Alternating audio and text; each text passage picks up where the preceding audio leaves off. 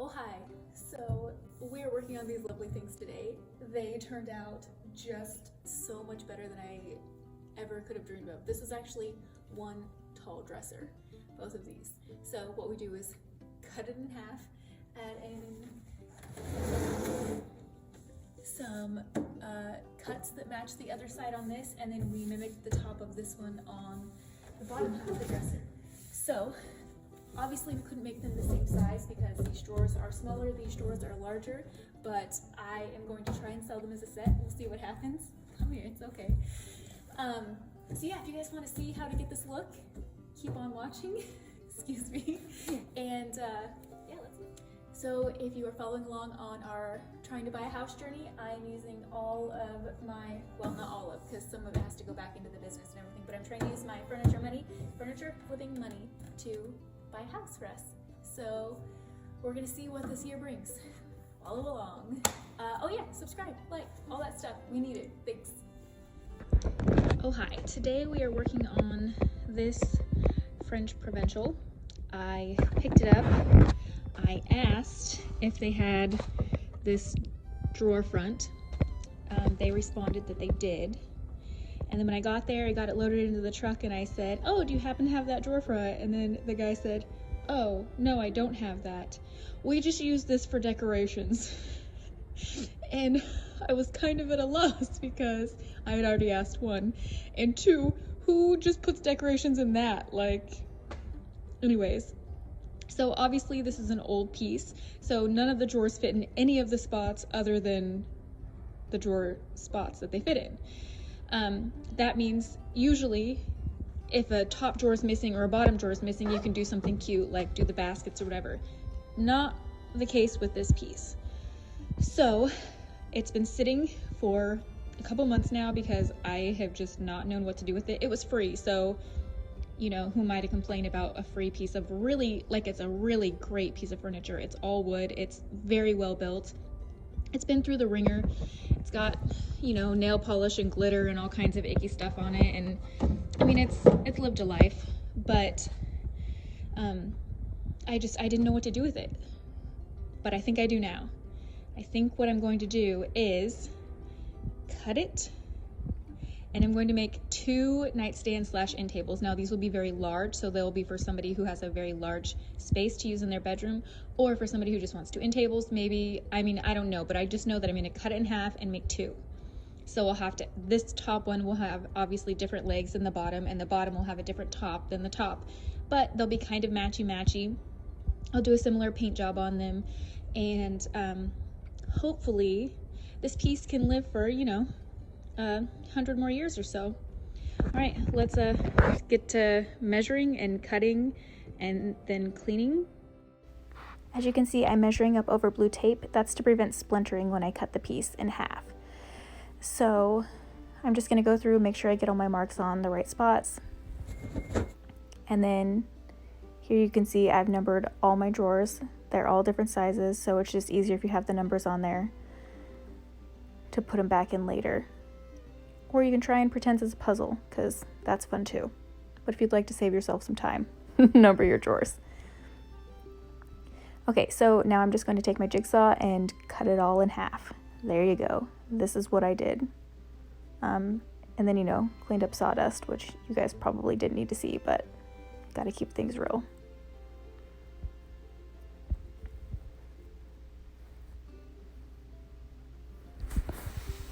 And then here I just used my Craig jig to make some pocket holes to be able to attach the top. We're doing glue and pocket hole screws to get that attached.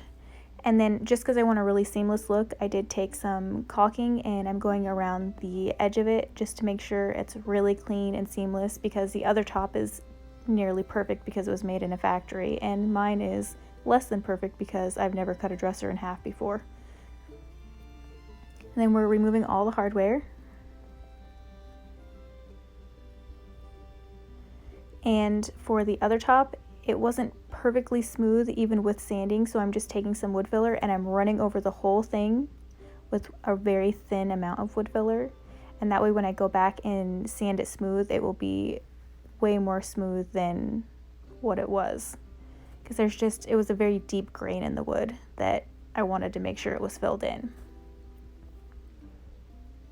Again, the other top is a factory finish, so it has like 27 layers of shellac over the top. It's very smooth. Well, it has scratches in it from time, but originally it was very smooth. So yeah, I'm just sanding over the top of this, getting all of the wood filler off. To do this top, I just literally traced the other top on top of this piece of wood and then cut it out also with my jigsaw. And then we took a router, which I didn't film because I had my father-in-law do it because I don't actually have a router, but he just routered the edge just to give it a more finished look. One of these days I'll have all the tools and then I can just film everything.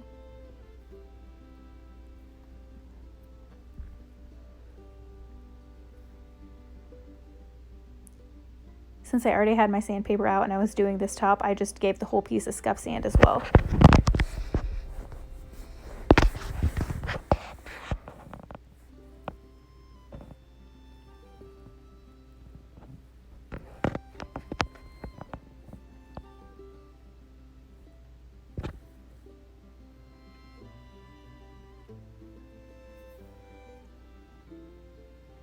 I feel like I probably could have cut out some of this.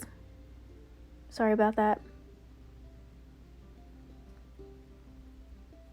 Okay, so this is where I copy the side piece on the bottom part of the dresser, and I keep wax paper in the shop because I like to use it for glue ups so that the glue doesn't stick to anything. So I just traced on the wax paper and then used it as kind of a guide to draw on the side here so that the sides kind of matched.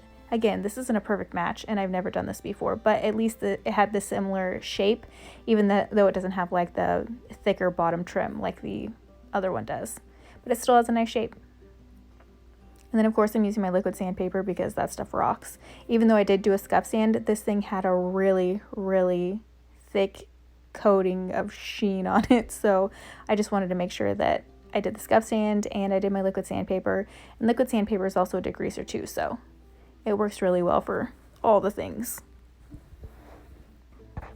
Then I'm using Sapphire from Chalk Mountain, and then of course I start with a damp brush, and this thing just gets several coats of paint.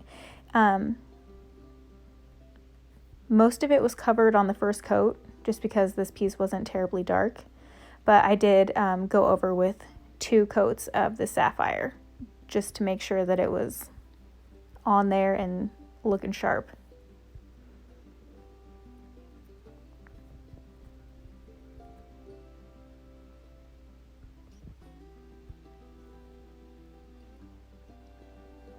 Then I'm sealing with my Chalk Mountain Satin Poly.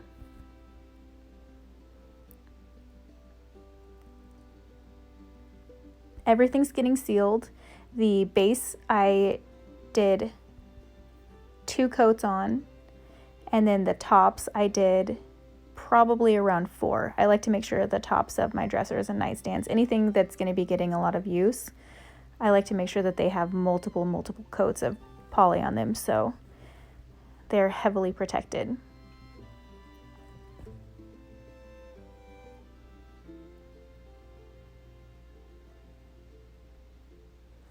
And then for a little extra fancy, I am doing a very large stencil on the side of these.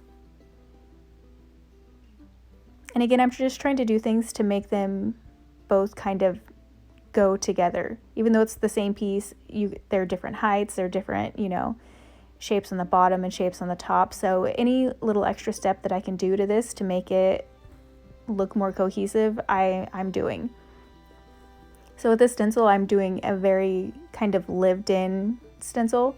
I just did a slight amount of pearlescent paint, and I'm kind of doing the stencil tapping and also swiping. I want it to be different textures and everything, just so that it looks a little bit more lived in. And then we're also going to go through and distress it back some too.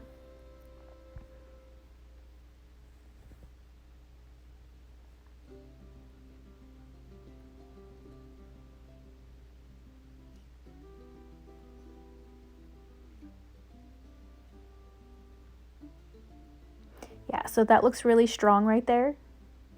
So I'm just taking it back down a little bit with a sanding block. It's just a really light sanding block. And it just helps soften it up. And this is also, like I said, it's a pearlescent paint, so it's bright in the light, but when there's no light hitting it, it looks quite a bit softer. But then anywhere I thought was still just a little too strong, even after the sanding, I took my brush that still had the sapphire on it. I didn't redip or anything like that. It's just essentially dry brushing over the top of it.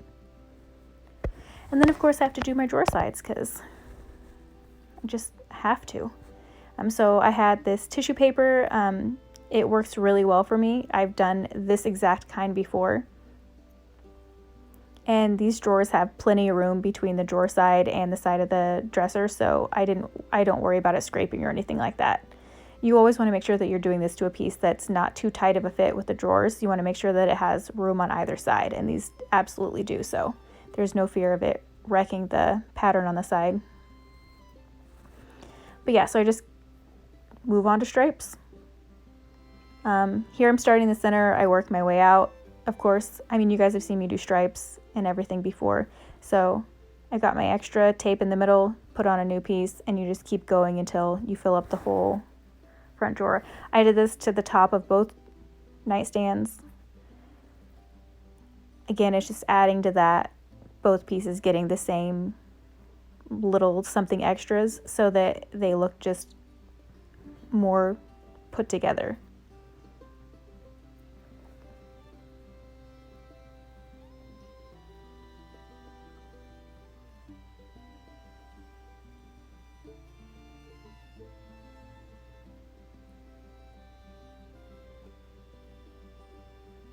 And then I treat the stripes a lot like I treat a stencil.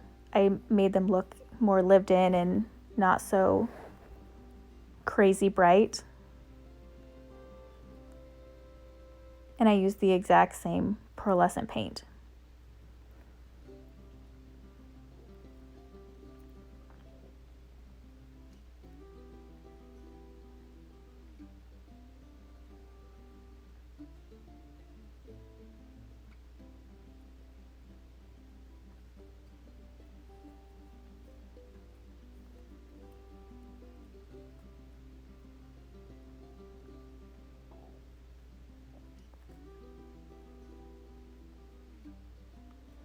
So I always put a little bit on the tip and then I dab off the rest into the lid so that I'm not getting too much paint on.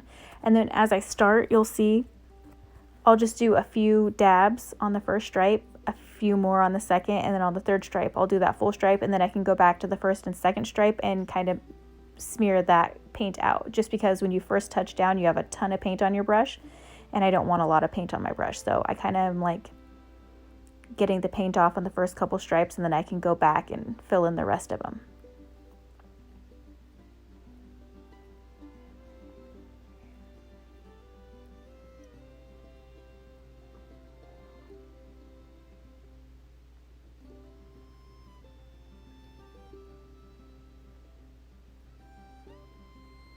I just feel like that's one of the most satisfying things. Taking off a stencil or taking off striping tape, it's just lovely.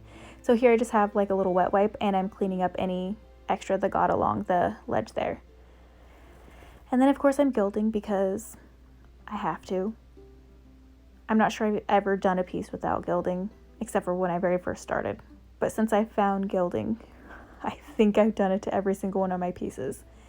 And I may get sick of it someday, but I'm not there yet. Not there yet.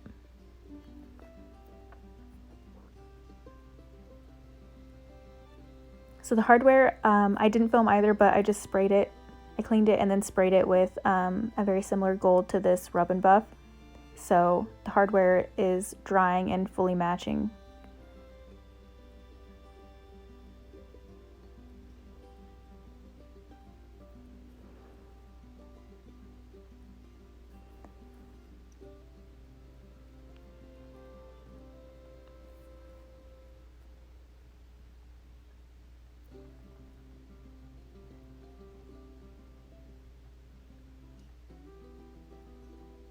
In case you're watching Lucas in the background, he's touching the gold.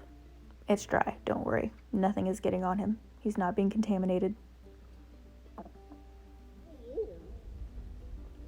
And here they are. Gosh, I can't tell you how awesome I think these things look. All right, these have been listed for about 2 days, and one of them has already sold for $150. We'll see how long the other one takes, but yeah, this is $150 more towards the house fund. So things are moving along nicely. I'll see you guys next week.